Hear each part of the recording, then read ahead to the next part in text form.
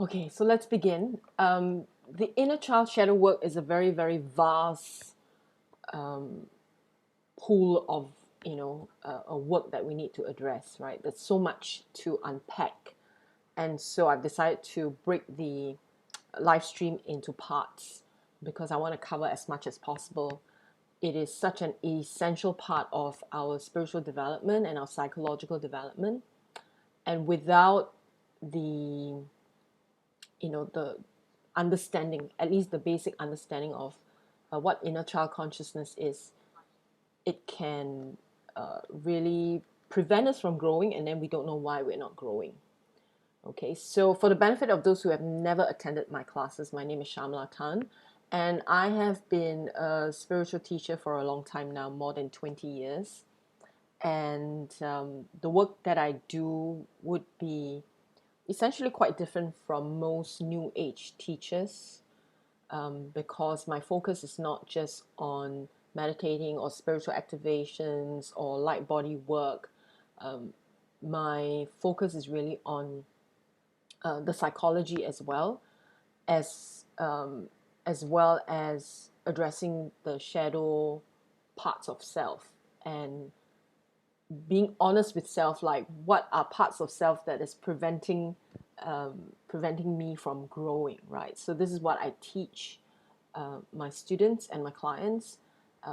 This particular subject is not very popular because most people don't want to do the work. Let's be honest, right? It's just too much work, right? People want quick fixes. People want spiritual teachers to tell them that all they need to do is sit down, meditate, and then they can grow because they are made in the image of God, so they don't have to do anything, right? So it's really quite a lot of false information given out there, which I feel needs to be addressed. So I spend a lot of my time addressing, and if you follow me on social media, you know that I do that quite a lot, right? So I address all of the misunderstanding, misgivings, and so inner child is a big pool. So today the subject is very focused on inner child and shadow work, and how that, whether we do the work or not, right, prevents us or allows us to grow spiritually. So I want to first address, what do we mean by the inner child, right? What is the inner child? Basically, the inner child is part of us, is a consciousness within us, within our own psyche, that retains memories, feelings, and experiences from childhood. The thing is, we do not need to be deeply traumatized. Like, we don't need to have abusive parents. We don't need to have, we can have the most perfect parents in the whole wide world, and we still can have inner child issues, right? Which is, we're all made up quite differently psychologically, right? So even with the best of intentions that your parents may have, they may sometimes slip up and say things that could hurt you and wound you without realizing it. And as a child, as a sensitive being, right? As a child, you may pick it up, right? You may pick up on their stuff. You may pick up on their own insecurities, and so that can wound you, right? And all of these deep wounds within us make up who we are, right? They really determine the choices that we make in our lives, the kind of life partners we choose, the level of confidence we have, whether we have avoidance issue or we are confrontational, whether we are brave enough, courageous enough, whether we tend to just let things slide and allow ourselves to be doormats. All of these things, how the inner child, the consciousness of the inner child and how it's being developed plays a major role in who we are, right? Who we attract into our lives, especially life partners, right? Who we choose to be our life partner. And that's why relationships are so challenging, because they are a reflection of the choices that we have made, the unconscious choices that we make within our own psyche. All right, so a big part of inner child work is learning to integrate and understanding the wounds of the inner child, Because if we don't address the wounds, then how are we going to grow spiritually? We cannot plaster it and hope to, in the New Age, people talk about mass ascension.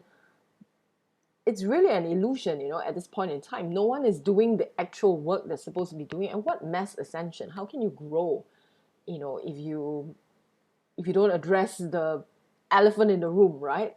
So the reality is work needs to be done. Mass ascension is not a free ride. We don't, suddenly ascend just because we meditate or we just jump on the bandwagon. It's not for free. It's never for free, right? Spiritual growth, you want to become enlightened, you really need to be enlightened in consciousness. All right. So an unhealed and wounded inner child can hinder our spiritual journey because it creates so many psychological mind blocks that we're not able to see. We're not able to see clearly. We're not able to, we don't know why we behave in a certain way. And the unconscious has more power than we realize. Oftentimes people say, oh, I have free choice. Yes, in essence, you have free choice. But the unconscious choices that you make, the unconscious behavior that you have, the unconscious habits that you have, determine the choices that you make. And you do not necessarily have free choice in that sense because they are unconscious, right? They come from the unhealed part of ourselves. So all of these unresolved emotional wounds can lead to patterns of self-sabotage, negative self-talk, and limiting beliefs, right? So, I have clients come and go, students come and go, and the pattern that I've seen with some of these clients and students who come and go is when we reach a point where we really have to address the most sensitive parts of themselves, the most wounded parts of themselves. This is when they say, oh, I need to take a break. I've got other things that I need to do. I don't have time for this right now. And it's a consistent pattern. I've done this for over 20 years, right? So I've seen this pattern. And when they're about to hit the point where they are addressing the most important aspects of their growth and development, it's like digging for gold and you're almost, digging for gold in the mountain or something like that. And you're like 6 inches away from the goal and you leave, you give up because you think that, oh, okay, there isn't anything. So it's the same with these students and clients, right? And they give up just when they're going to hit the part of themselves that is so wounded. It's scary. It's very scary, and you need a lot of courage to address some of these emotions. All right, and that's the reality, and that's why it's difficult, and that's why it's not popular work, right? So a wounded inner child can also make us seek external validation and approval, and oftentimes we project this onto our life partners, onto people around us. We feel like they are responsible for validating us. They are responsible for making us feel good about ourselves. It all comes from the inner child. Okay, we have to unravel all of these and take back our power, take back responsibility, and realize that, that is not the responsibility, of other people to make us feel good. I was dating this guy once, and he was, I would say we were in a committed relationship. We were dating for some time. And the issue has, keeps coming up whereby he needed me to validate him constantly. And being who I am and doing the work that I do, I found it really difficult. And there was no way I could do that. So I told him, you know what, you really need to go for therapy. This is not working out, right? And time again, I had to tell him that this is not working. I'm not your therapist. You cannot expect me to play that role for you. There is no way, right? So it got really unhealthy because then I'll be feeling like I need space because I felt suffocated. So relationships become so difficult when we don't address the key issues. Now, obviously, this relationship died. It died right at the beginning, to be honest, because of the incompatibility, right, in terms of understanding and consciousness work and the psychology. So it's really tough. As much as there were a lot of things that we had in common, there were many things that we did not have in common. And I feel, after my many experiences, from relationships to even a marriage that did not work out, I feel, and through observation, I realized that we we do not necessarily have to have anything in common. We don't have to have any interest in common, but the level of consciousness and your psychology has to match. If that matches, and matches in the sense that it doesn't mean that we need to be at the same level, but there must be earnest wanting to work on one's psychology, right? If that matches, then everything else solves itself, because you can have different interests, but then your psychology plays such a big part, right? And willingness to address trauma and wounds is really so important as well. Okay, so with that, let me just explain a little bit about shadow work, right? Inner child shadow work. And shadow work, I've talked about shadow work, right, in one of our live stream. And inner child is a big part, because the inner child holds so much of our wounded self, and some of the things that we experience in our lives, like feeling hurt, feeling pain, and all that. I mean, we could have been, we could be in our 20s and 30s when we experience the pain, but the pain is still lodged within the inner child consciousness, right? So the pain is still in the inner child, even though we experience the pain when we are grown up, because the inner child consciousness is like our base where our emotional self resides, where our vulnerable self resides. And this part of ourselves has to be looked after with tender, loving care. And this part of ourselves is like a real, actual child, that we need to treat this child lovingly, with discipline, with firmness. And so oftentimes people say, oh, but I don't have children, so I don't need to learn parenting skills. That's not true. Every single one of us has a child living inside us, and we need to know, right, whenever we are responding to someone else, we need to know whether, okay, who was the one, which of my personalities, right, was responding to this person or to my partner. Oftentimes it is the inner child, right? The inner child would like to bite back. The inner child would like to retaliate. The inner child could be wounded. The inner child wants attention.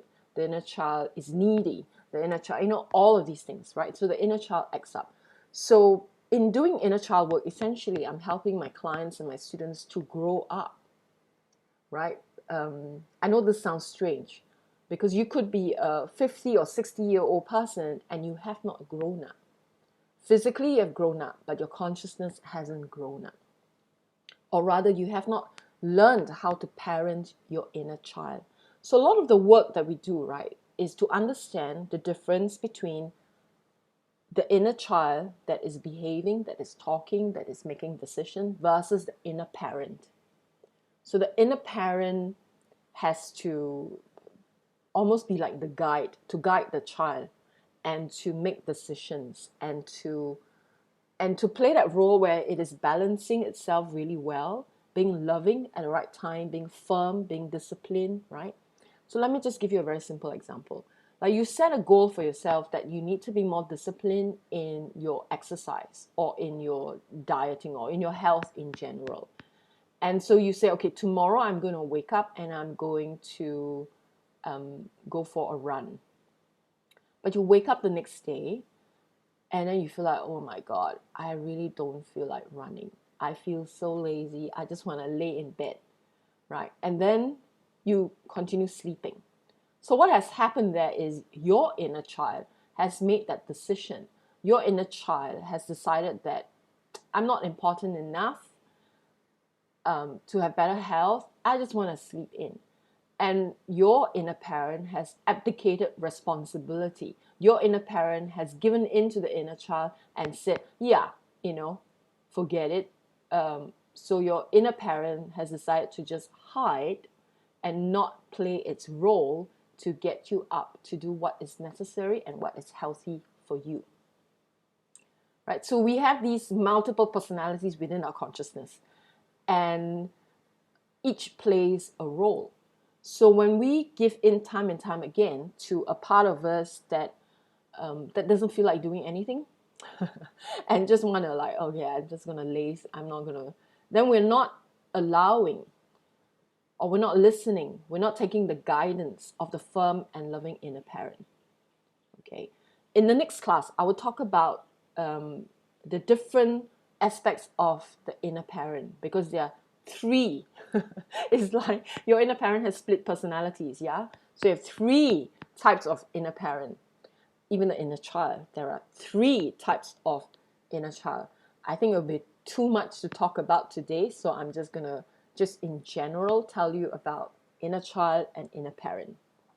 All right, so all of these different aspects of us, right, they determine the kind of choices that we make in our lives.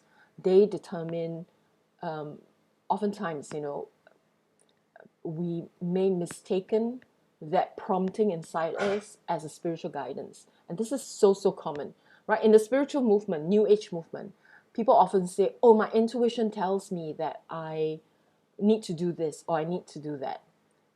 But the reality is, it is not that intuition. They're listening to the promptings of the inner child, right? And I see this happening very, very often as well, where people say that the inner child is filled with wisdom and they have to listen to the inner child. That's not necessarily true. Okay, so we do have an inner child consciousness within us, and if it's not wise, then what is it for? Essentially, the inner child consciousness carries the archetype energies of innocence. We all need that innocence. Why? We need to be able to wake up in the morning and look at the sunrise and be wowed by it. That's innocence. We need to, every morning look forward to a sunrise and go like, oh my, that's beautiful. The sunrise is beautiful. Where does that come from? It comes from the innocent part of ourselves, right? It comes from the part of ourselves that feels like, looks at the world in wonder, like, wow, such a beautiful rainbow. Look at the sky, look at the trees, right? So this part of ourselves enable us to feel joy, to feel happiness. So the inner child consciousness and the innocence archetype, they are very closely linked. And in order for innocence to serve us well, we need to have wisdom, or else we become naive. And when we become naive, what happens? You know what happens, right? We get scammed, we make silly decisions, we fall apart, we don't know how to deal with things. So the innocence has to be balanced with wisdom. So just like the inner child, we need to have this inner child because it helps us to retain a sense of wonderment, a sense of like, looking at good things in life, looking at the world through the eyes of innocence. But that has to be balanced with the inner parent, right? The inner parent needs to guide the child. The inner parent needs to steer the child in such a way that when it comes across a person who is narcissistic, for example, then the inner parent has to steer the child away and say, no, not that way, let's go this way, right? Not today, we're not dealing with that today, let's go this direction. So the inner parent has that role to play where it steers the inner child in the right direction that would serve the wholeness of you. Okay, so that's why the inner child is so important. The inner child allows us to feel love. The innocence and the purity of that comes from the inner child.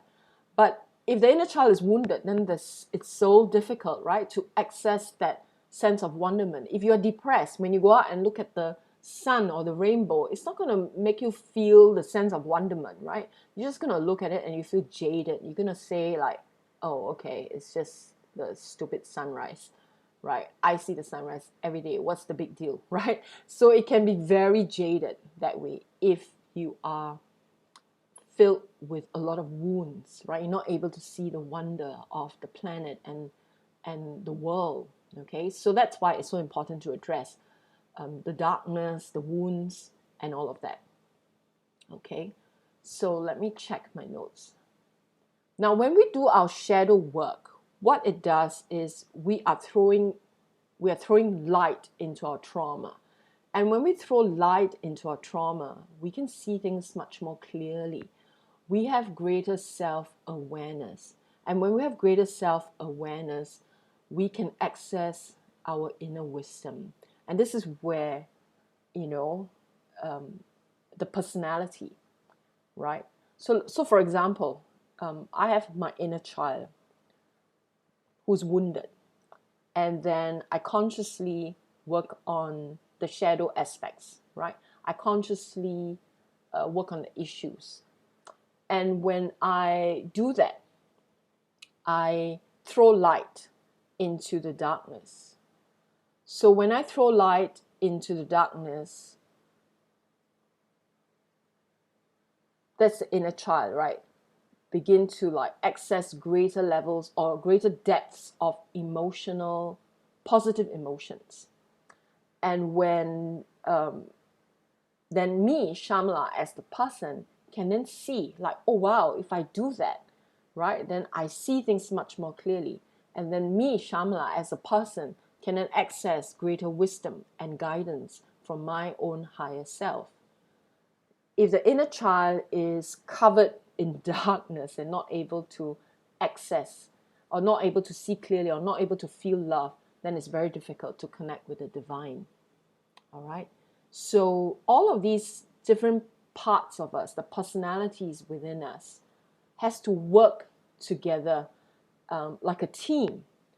And the one that is piloting it is always the conscious self, right? So like the conscious Shamala has to be the one to be the pilot, to say, let's say I wake up in the morning and then I see the beautiful sunrise, and then I allow the inner child to feel the joy, right? I allow the inner child to come up and like, hey, look at that beautiful sunrise. I can see the rainbow. I can see, you know, all of that, feeling the excitement and allowing the inner child to feel it.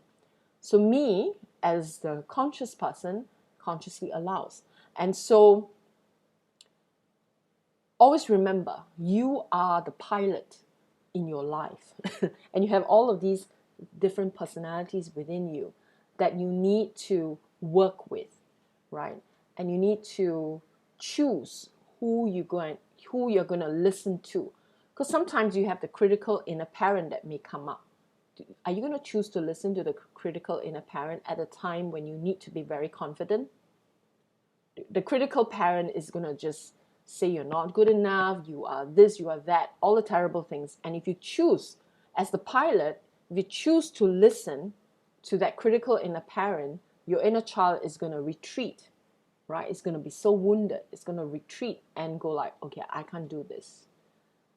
And then you, the pilot, did not choose well. You, the pilot, chose to listen to the critical inner parent.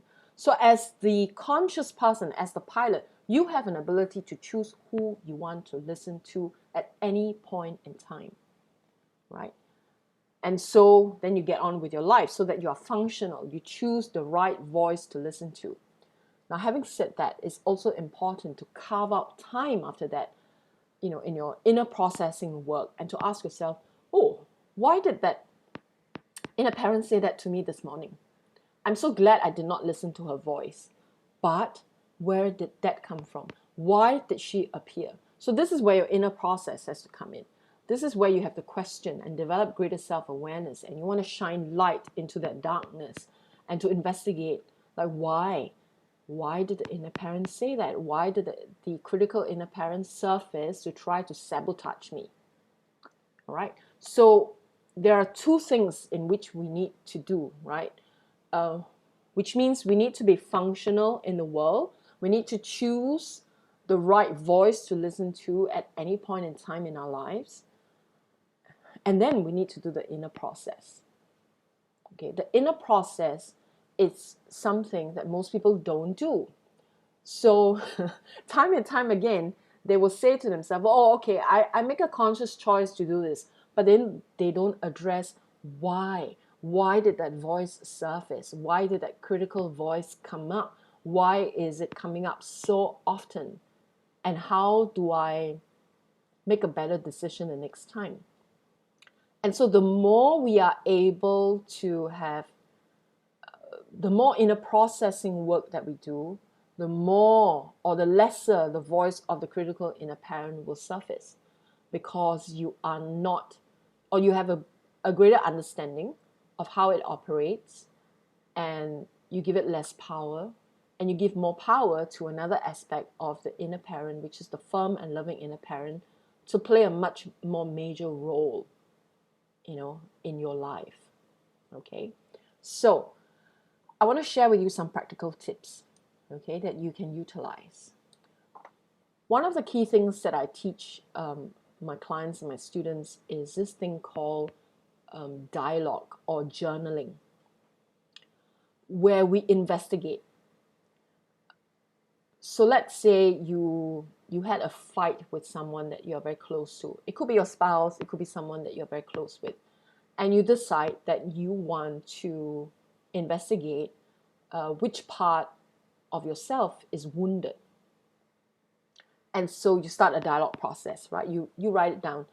I would encourage writing rather than typing, because when you're writing pen and paper, right, it activates a different part of your brain, and it helps you get in touch with your emotions, your feelings, right? So it's a bit different, okay? So I would encourage you to write.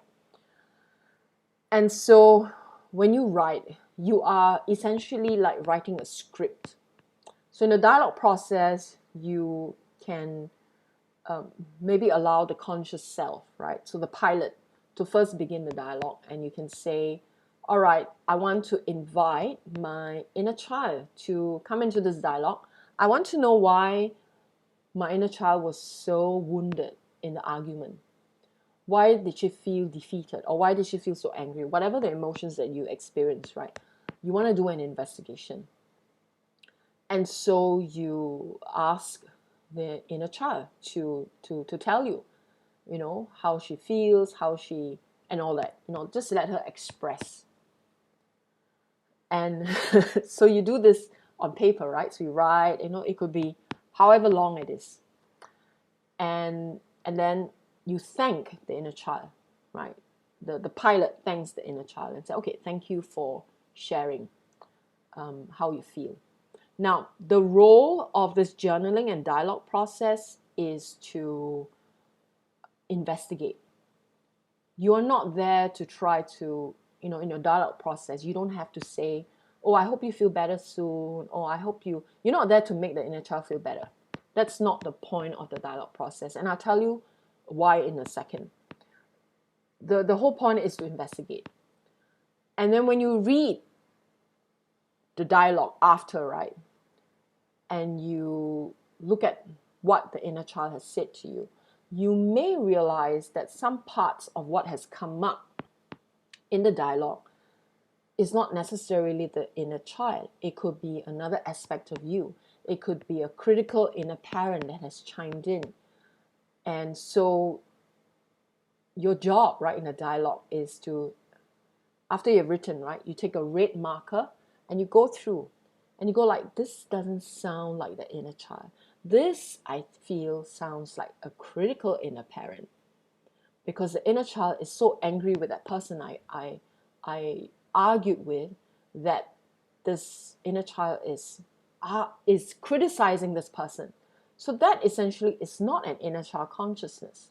The one who is critical comes from the critical inner parent. So then you highlight it, right? So the whole dialogue, you can see which one is the child speaking, which one is the critical inner parent, which one is, and all of that. And this is why, for that reason, when you're doing a dialogue process, your role there as the pilot is not there to say, oh, I hope you feel better, because you don't know who you're actually speaking to until the whole dialogue process is done. So if you go on and say, oh, inner child, I hope you feel better soon, and blah, blah, blah, trying to appease the inner child, right? Then you are encouraging the critical inner parent to keep on doing what it is doing. So we don't want to tread into that territory, right? We don't want it to do that. So the dialogue process is really for you to put on your investigative hat. You want to know, right, where is it coming from? So after you have done that, right, you have done you highlighted, oh, this is the critical inner parent talking. The critical inner parent is so critical of this person. Then you need to then ask yourself, does this voice sound familiar? Where have I heard this voice before? Is this voice a voice that I heard when I was growing up? Is it from my father, my mother? Is it from my teacher, my grandparent, right? And then you ask yourself, how often has this critical voice spoken to you in your mind on a daily basis? How often does it come up? How often does it criticize you time and time again? Right? It is like a broken record playing in your mind, criticizing you constantly. And that needs to be addressed. Right? That needs to be addressed. So that's one tool that you use, the dialogue process. Dialogue or journaling process. The other thing also you could do, of course, is meditation, right?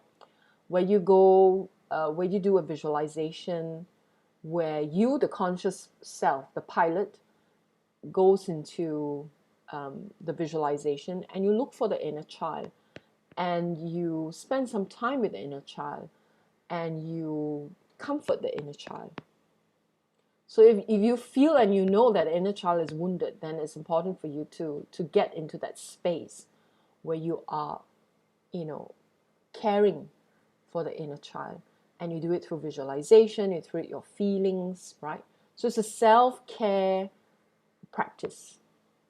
Okay, and you can visualize yourself hugging the inner child, right? So, am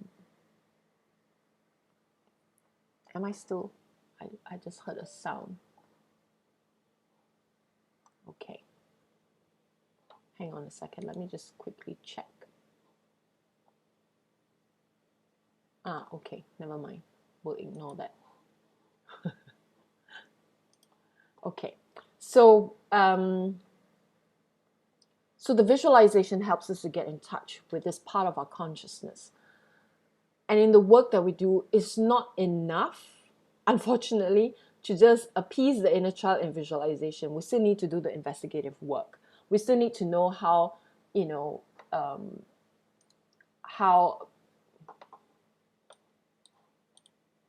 sorry, it says that I'm muted. So in visualization work, we need to find out, right, why, sorry, technical challenge here.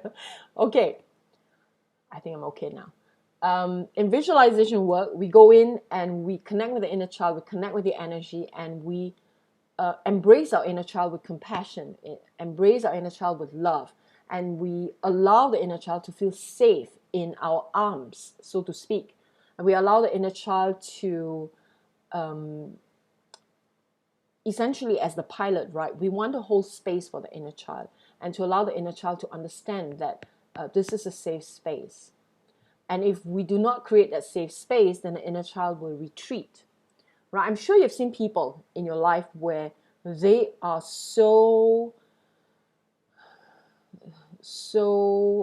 they're not flexible people.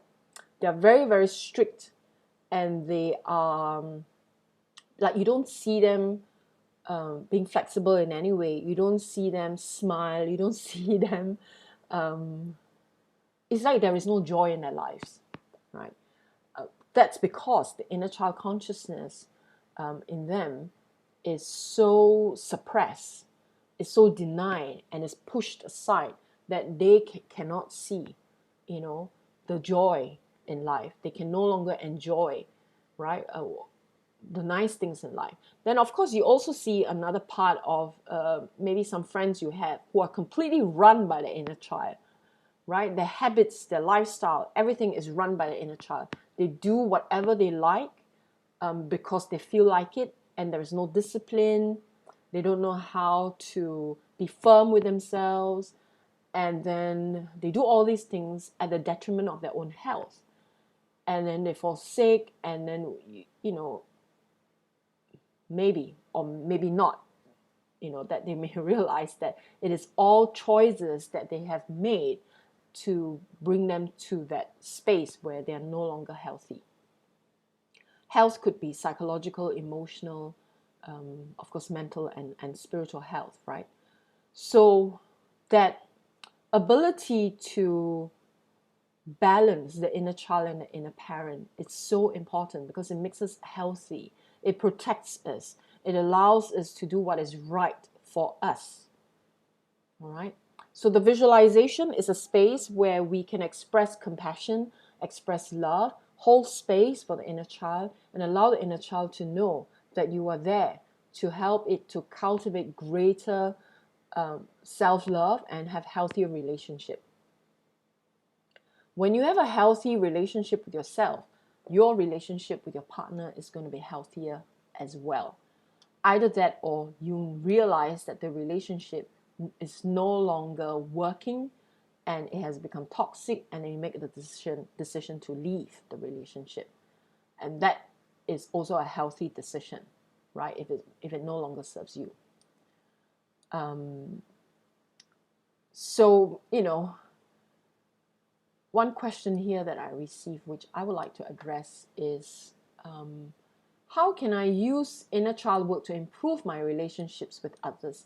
I feel this is such a good question because it really points to the fact that we need to have a healthy relationship with ourselves before we can have a healthy relationship with other people.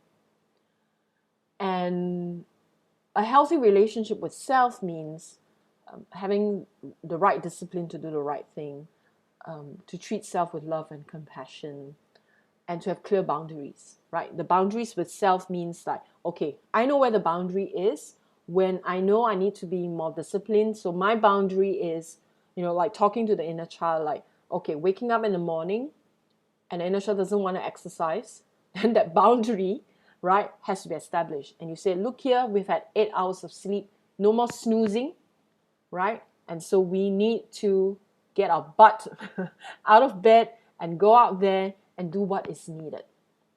That firm boundary with the inner child, and not allow the inner child to run our lives. Now, in relationships with other people, especially with partners, if we do not have a clear established boundary with our partners in life, then that can create a lot of problems. And then it can escalate into unhealthy, toxic connections. And, you know, most of the time people also have a really wrong idea about relationships, right? I mean, the most common ones I often hear is, if you love me, then you would know what I need. If you love me, then you would try, then you would understand exactly, you know, what I need. If you love me, then why do we need boundaries? Now, all of these things are really unhealthy and very toxic, right? And usually people who say this have no idea that it's toxic. They have no idea they're coming from an unconscious part of themselves that is so toxic that they are damaging themselves and their relationships. They have no idea. So people like that really need to learn, right? Need to understand self. Need to go on a journey to understand self much more. Because having this idea that if you love me, then you should know what I need. If you love me, you will do this for me, is really childish, right? It comes from the part of self that is the inner child speaking, essentially, and the adult grown-up self, right? The inner parent has disappeared. The inner parent is not in the scene to teach the inner child that it is not anyone else's job to do this, right? And to take back responsibility, to grow up. And so the You know, this is so sensitive to address because I know this is so common. Almost everyone in relationships will say this to their partners when they're angry, when they're having a fight, and they use this as a weapon. And is such a sensitive topic to address because the reality is people don't want to take back responsibility and say to themselves like, oh my God, what I just said was so toxic, right? And it is tough to take back responsibility and go like, oh my God, what did I just say? Why did I say that? Why did I think that?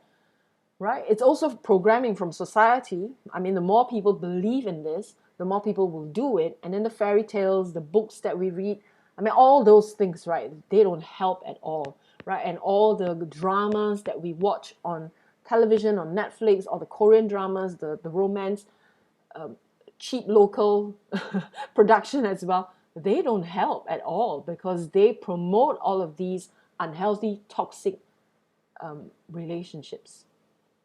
And we think they are right because it is common. Just because it's common doesn't make it right. And most of the time when it's common, it is not right. Psychologically unhealthy. Okay? So if you have done this, where you have said this to your partner, I'd like you to think back.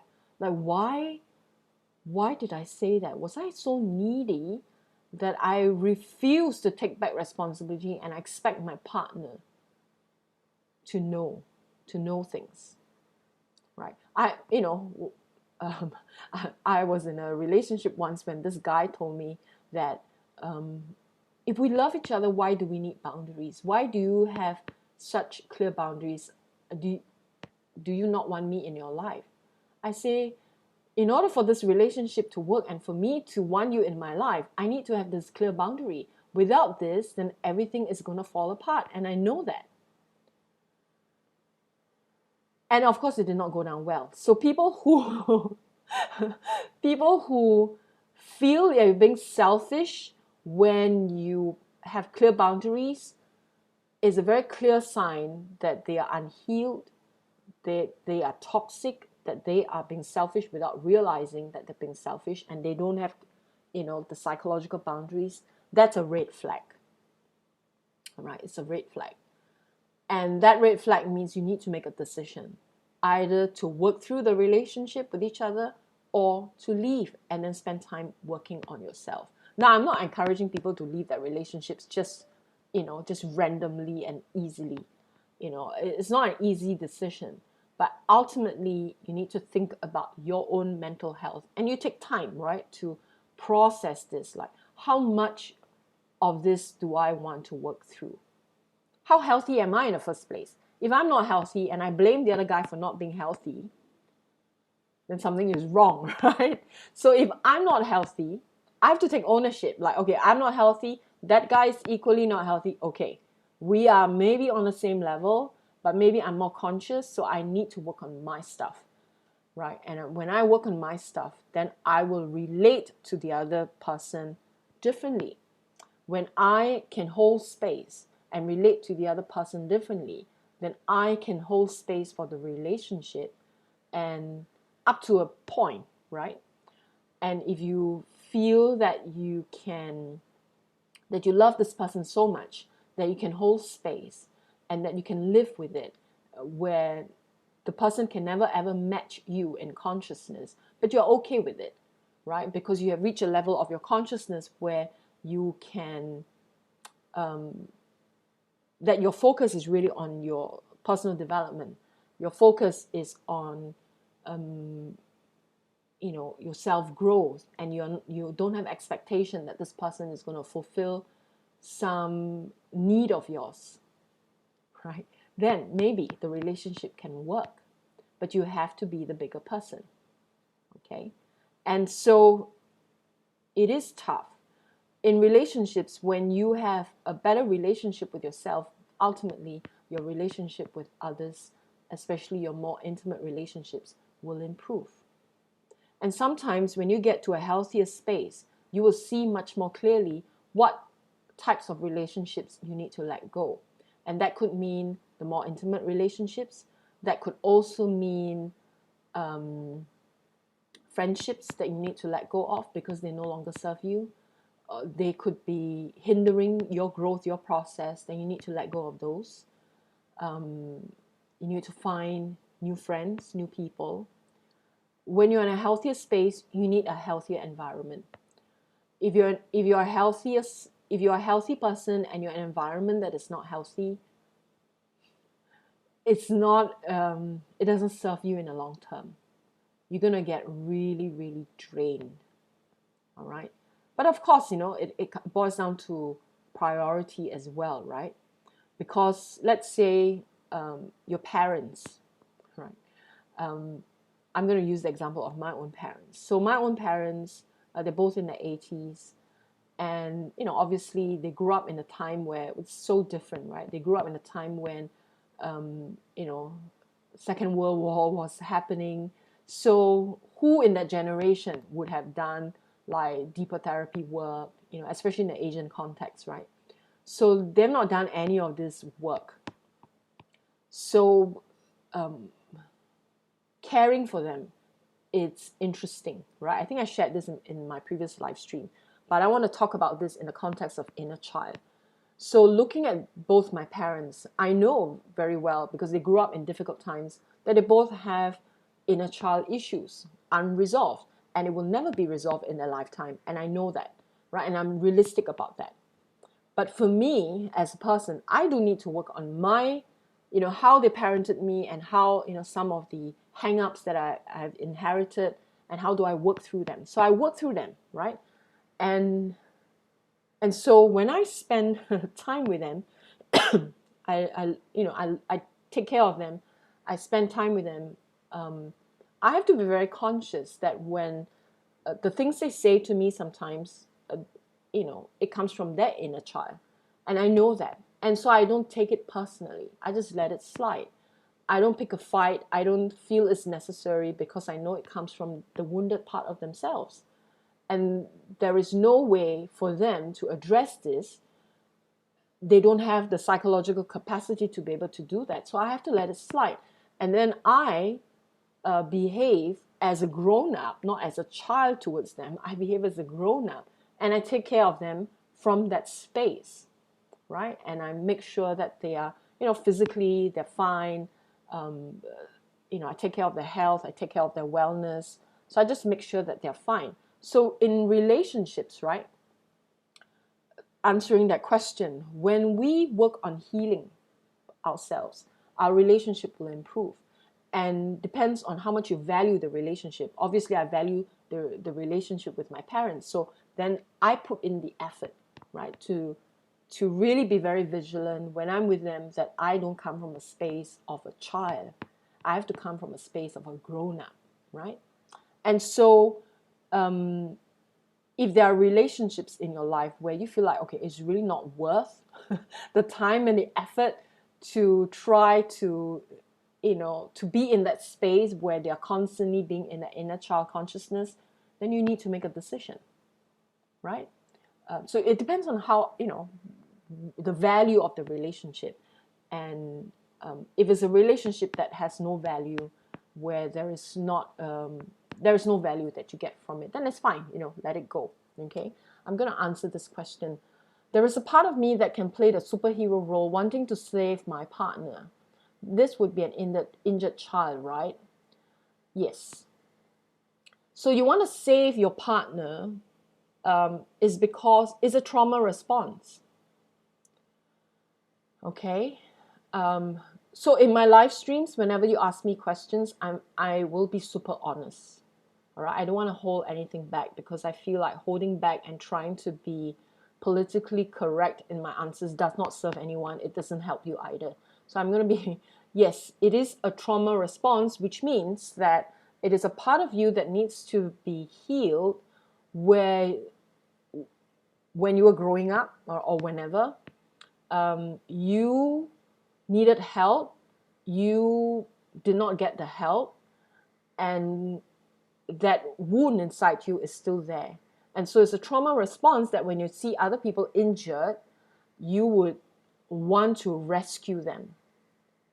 And this can ultimately become very unhealthy, because if your partner rejects you, and does not want you to play the superhero role, that wounded part of yourself is going to feel misplaced. You are going to feel like, I don't know what I will do in this relationship right now. I don't know where I fit, right? And so then resentment can build. Okay?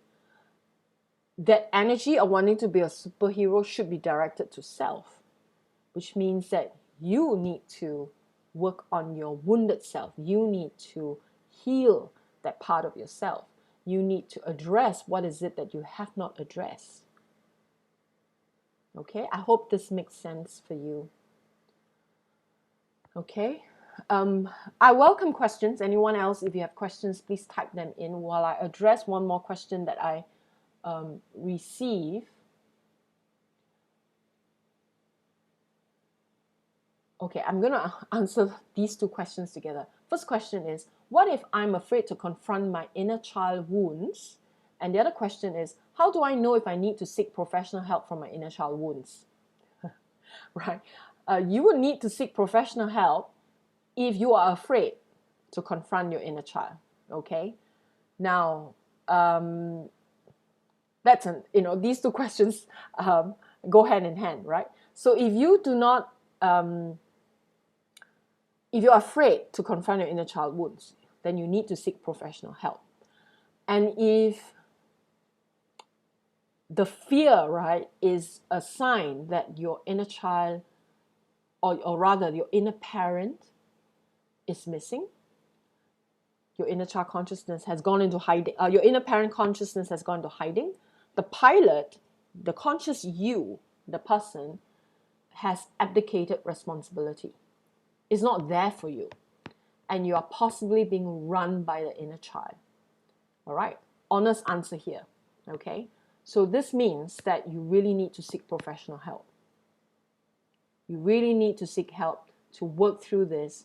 You need to work with, and the other thing also, the inner child often wants quick fixes. It wants miraculous answers or fixes. It's not going to happen. No miracles here. You need to work your way through with a professional. Okay? If those of you who need professional help, you can drop me an email. Okay? Because a big part of my work is to help people grow up. I know this sounds strange, but it's really helping you to parent your inner child, right? And to work through the wounds. Okay? So I'm going to answer this question. After losing my husband, I found myself in deep grief. I cried for 2 years. As a parent, should I have acknowledged the pain and comforted the wounded child? Yes. Yes. The grief process, of course, is really challenging, right?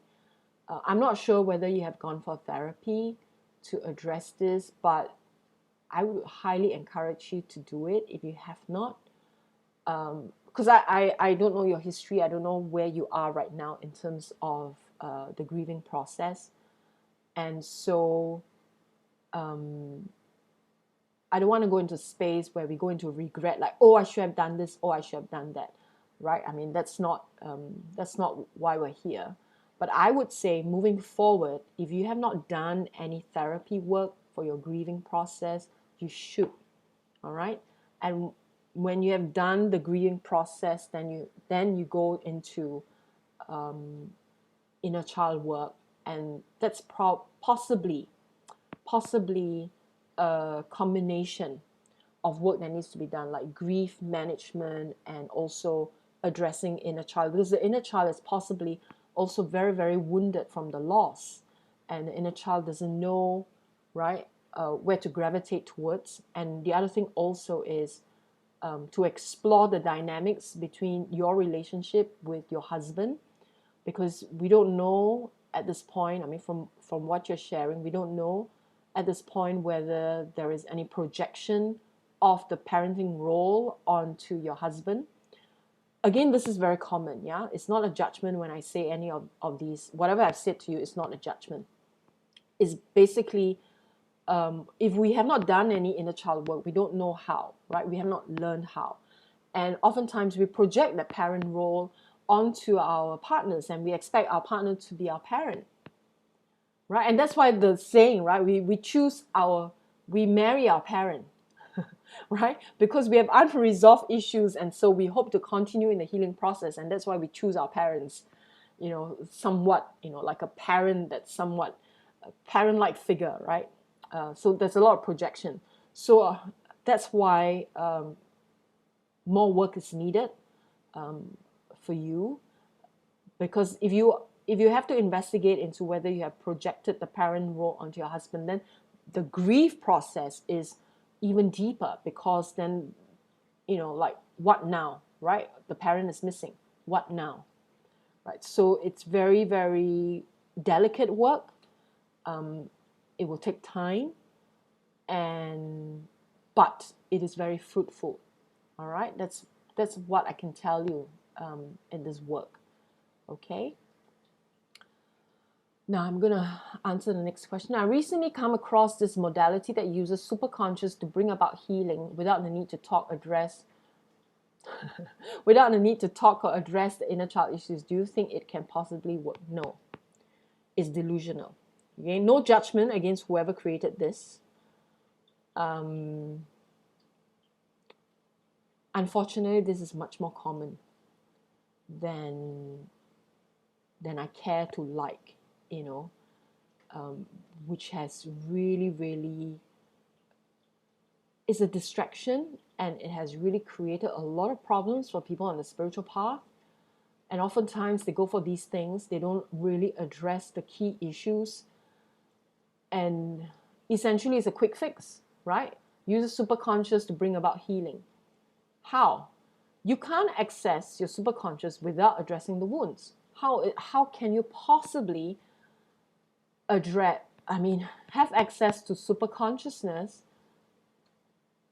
if the shadow is so dark, if the shadow is hindering the view, right? It's just unfortunate that there is so many of these kind of modalities,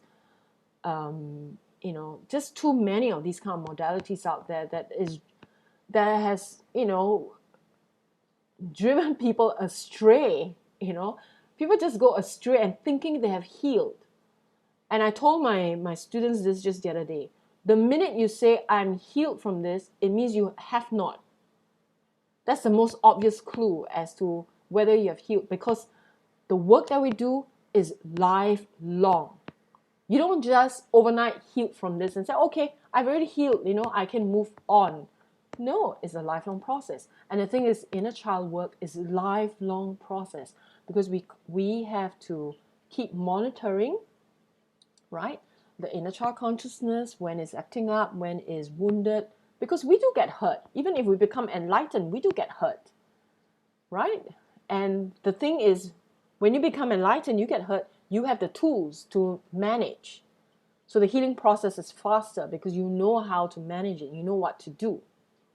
It doesn't mean that once you become enlightened, you don't get hurt, I think that's a false belief as well in the spiritual movement, that you become you're so enlightened that you're not, nothing hurts you, right? That's delusional. You're human. As long as you're human, no matter what level of consciousness you are at, you may not show that you're hurt because you have a better able to manage it, right? You're not going to like suddenly break down and cry in public, right? Because you are able to manage it much better, but it doesn't mean that you're not hurt. You can still be hurt. You just know how to manage it better. As long as you're in a human body, you will be hurt because people will hurt you. People will say the nastiest things to you, no matter what level of, and the other thing very common in New Age is that they will say things like, because you attracted this lesson to you. And that's why, you think you're so enlightened, but maybe you're not, because you attracted this lesson to you, and that's why you're hurt. Not necessarily true. You can be very enlightened and you hold light, and people still can attack you because they don't like your light. And you can be hurt in the process. And how do you then manage, right? This is where you really need to parent yourself, right? You need to go into the work that you need to do with the inner child. So it's so important. that we understand that there are steps in the process. We cannot bypass our pain and try to access wisdom and light and love and superconsciousness and healing and all of that, and thinking that they will automatically be wiped out or taken away by our superconsciousness. Right? So when I say these things, right, those healers in the New Age movement, they often attack me for saying this. But I know it needs to be said, because there are just far too many offering these quick fixes. I mean, it's a process. It needs to be worked through. It needs to be worked on. Energy work is just energy work, right? So when people say they I often tell my clients, right, when they want energy work done.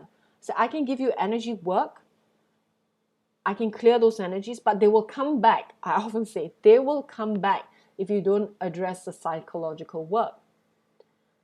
And oftentimes they still choose to do energy work. And I often say, I think you've had enough energy work. You should choose the other service that I offer, which is the psychological work. And they don't come back because it's just too much.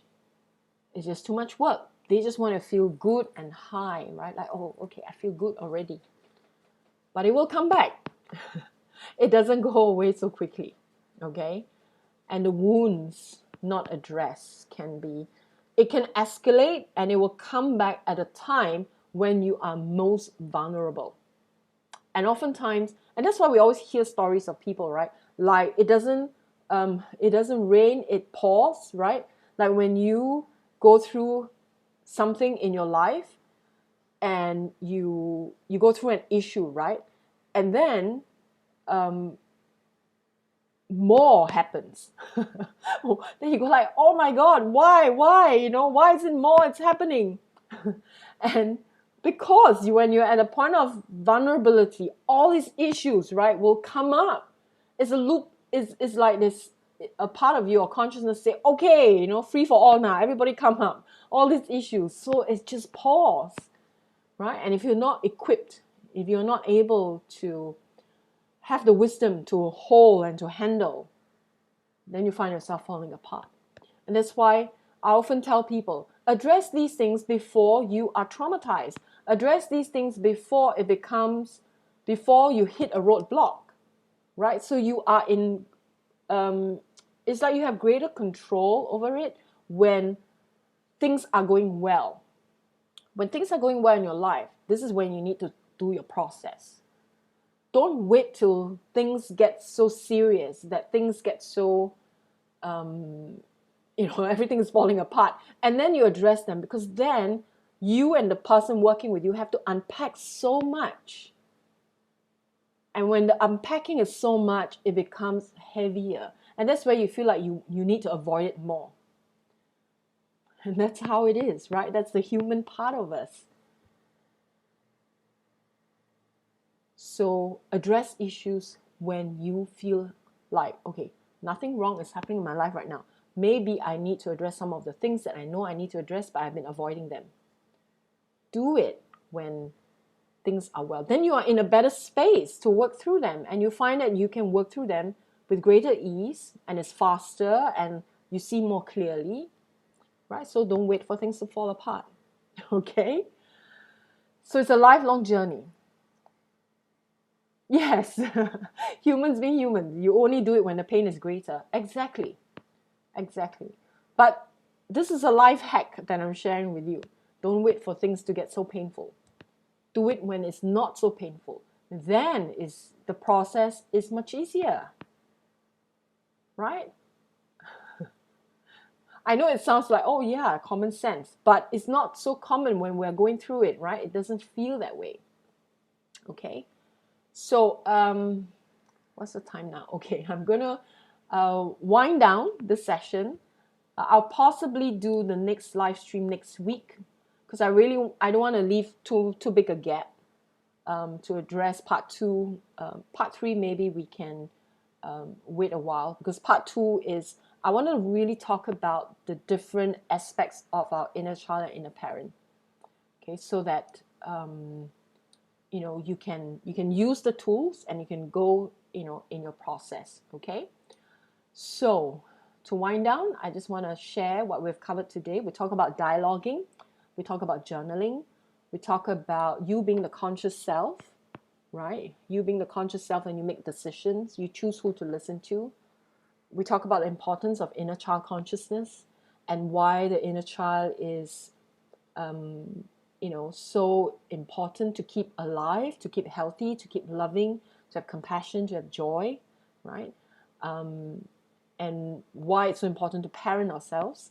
And the process of being human is learning to grow up.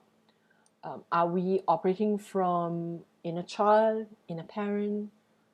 Where are we operating from? All of these we need to understand. Visualization, okay, I shared today. Visualization to appease or to work with the inner child, to nurture the inner child, to hold space for the inner child. There are more questions that were sent to me, but I will address them in the next class. All right, so if you have more questions for me, you can always drop me an email for the questions, and I will answer them in the next live stream.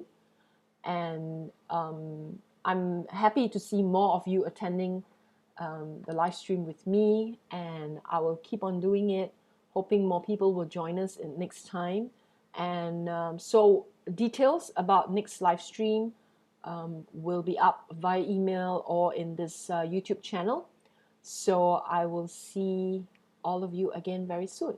Okay, take care, have a wonderful weekend ahead, and I will sending you lots of love, and take care of the inner child. Okay, bye for now.